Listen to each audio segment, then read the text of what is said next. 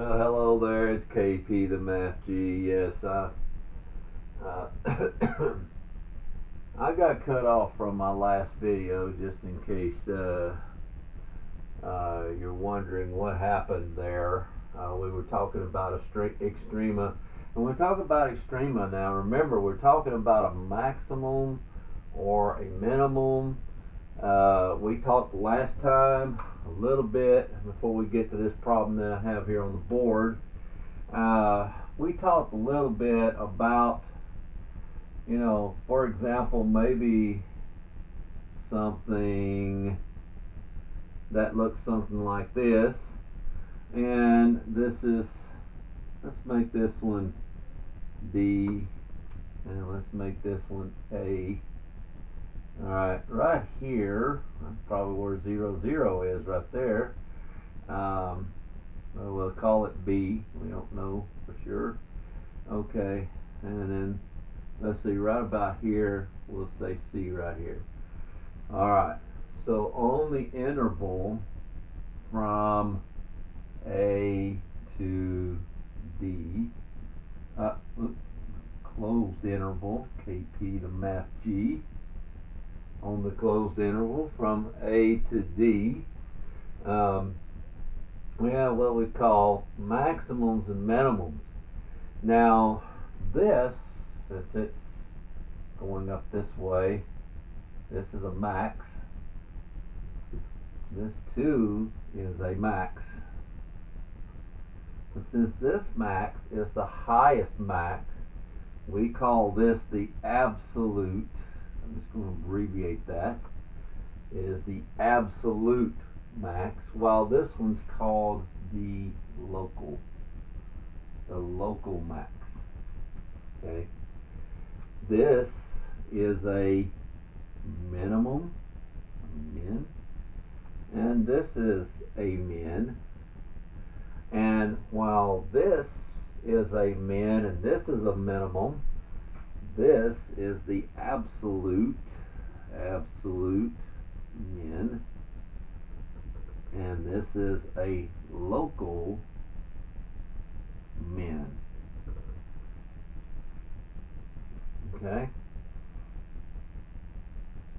So the difference between an absolute and a local is that the absolute is the absolute highest or the absolute lowest min, or max or min. Local would be more in between, but yet that is still a max, okay, at A, and then this is a local at B. So here's what we have here. You have your endpoints, alright, endpoints, alright, well, endpoint, this is an endpoint here, this is an endpoint here, PT, alright, for endpoint. These would be what we call a critical number. Alright, in between A and D are your critical numbers. So any one of these four is like, if I'm looking for something in particular, say like an absolute max is going to be at x equals C. If I'm looking for a local min, well, it's going to be, well, at x equals B. Right, if I want an absolute min, it's going to be at the endpoint here, x equals D. Okay, and so on and so forth like that. So that's the idea. That's what we looked at from the video last time. So I kind of wanted to bring you up to date on where we were. Now, here's what we have in this example here. We have the function f at x is equal to x to the fourth minus 3x cubed minus 1. It's on the interval, closed interval, -2 to 2. Alright, we want to find the max or min, or the extrema, on -2, on the closed interval, -2, 2. Now, we do already know that if we're going to test this, we could go ahead and plug in -2 right away into f at x and see what f at -2 is. We want to also check f at 2, but we also need to find our critical numbers. Where do we find them from? Well, we must find the derivative first. That's where the critical numbers are going to come from. Okay? So let's get started on this. Let's take the derivative. 3, no, that is wrong as it can be. Wow, look at this already. KP is making an error. Okay. One thing to make an error, but it's another thing to correct your error, and I've been doing that so far successfully. So 4x, I want the 3 right there. There it is. Minus 3 times 3 is 9. 9x squared, huh? This derivative of a constant is 0. So now what I want to do is set 4x cubed minus 9x squared equal to 0. Now, why would I want to set that at 0? Well, if you have a max here, you might want to see that's the horizontal tangent line. And what is that slope? This represents the slope of the tangent line to the curve. All right, well, this is the tangent line to the curve, and the slope is 0. This is the horizontal line right there. And so we want to find out where m is equal to 0. All right. Well, let's do a little factoring here. I can factor out an x squared term. So I have x squared times 4x minus 9 equals 0.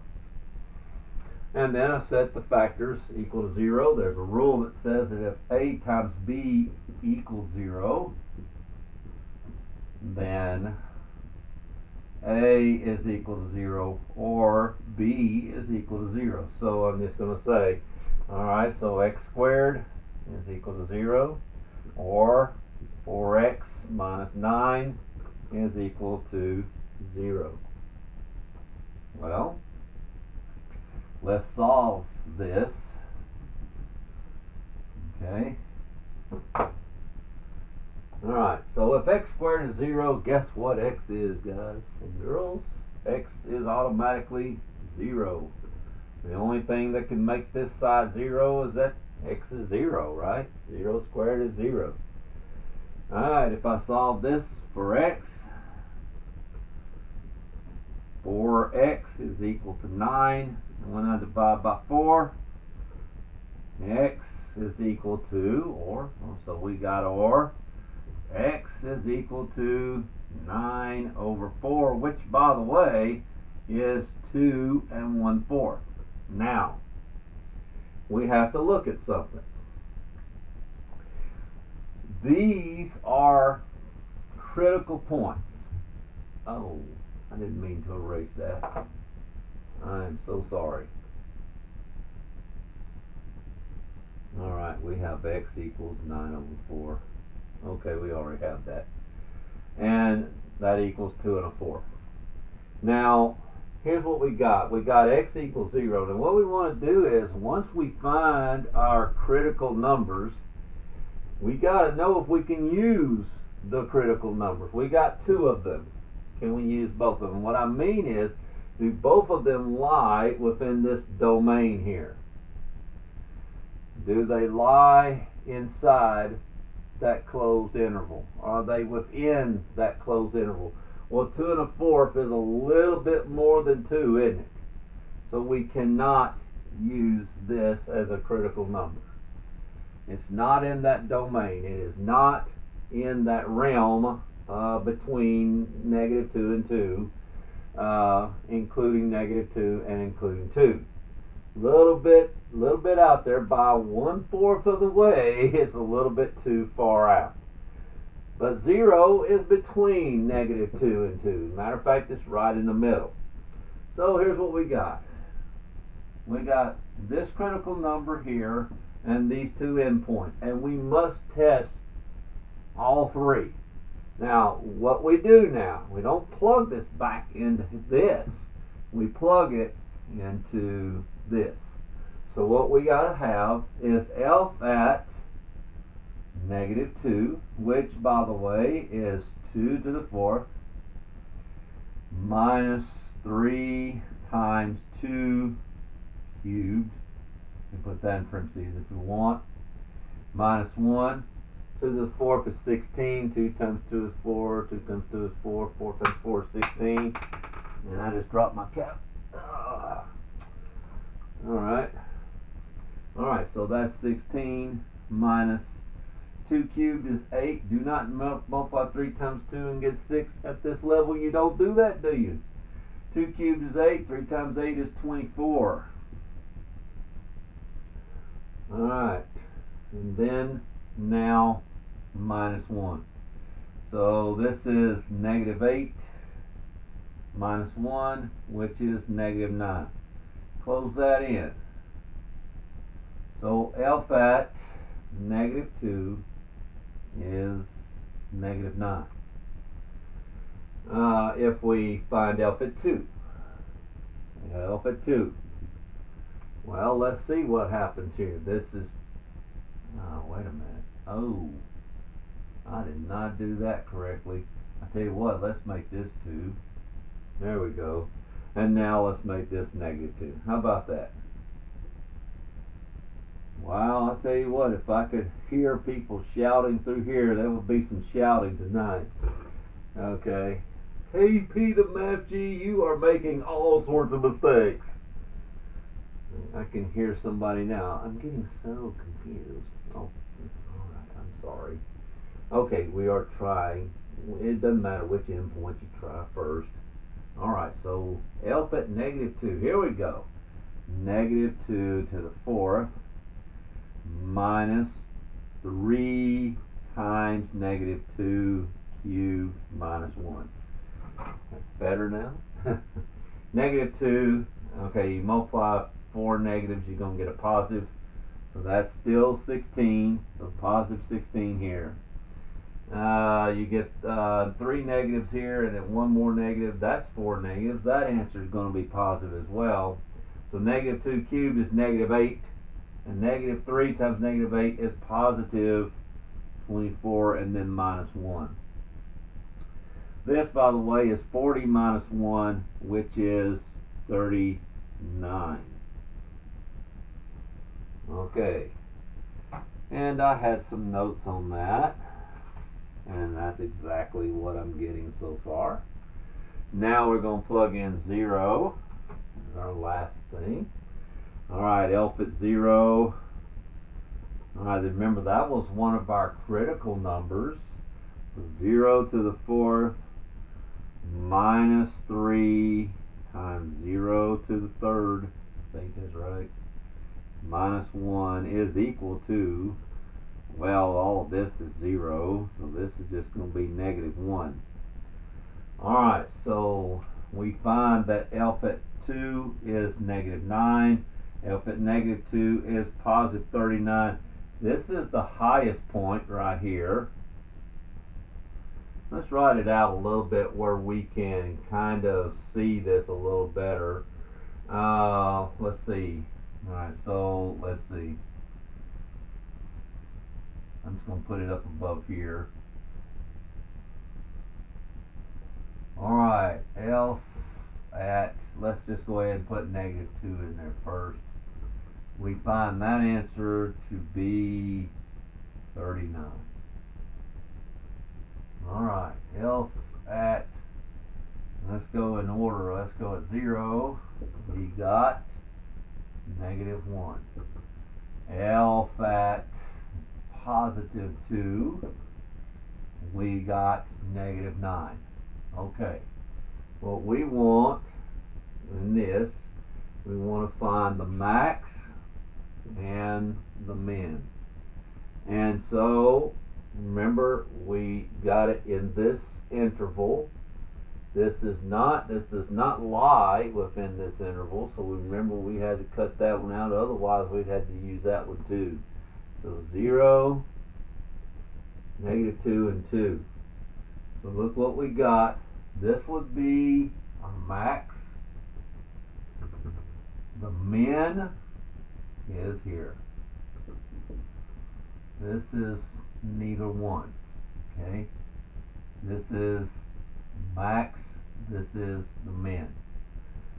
Okay, so that is how you find this algebraically. Okay, and I love this problem simply because I wanted to show that there's sometimes you cannot use anything that's not, if it's not within that interval, you definitely cannot use that as a critical number.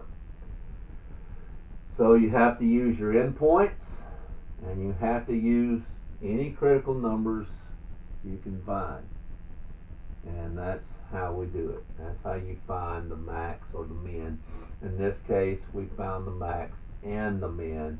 And there again, if it just asked for the min, you would have just said F at 2 is -9. If it asked for the max, you said F at -2 is 39. Okay, if they want the point, alright, I can give it to them. -2 comma 39 is the point. And in this case, 2 comma -9 is this point. Okay. So that's that. Again, this is KP, the Math G. We're going to be signing off at this time. This was actually an extension of the other lesson. It did get cut off suddenly. I did finish a point, but I wanted to get this one up there as well. And I do know that if I put too many videos on my camera, that, well, sooner or later it's going to cut me off. So anyway, KP the Math G signing off. I hope that you have gained something from this, and I hope you have a good evening. Bless you all again. And again, if you see that subscribe button, please press that subscribe button and subscribe. And I do the best that I can with what I have to give you the best that I can possibly give you. Alright, KP the Math G signing off. Have a great rest of your day.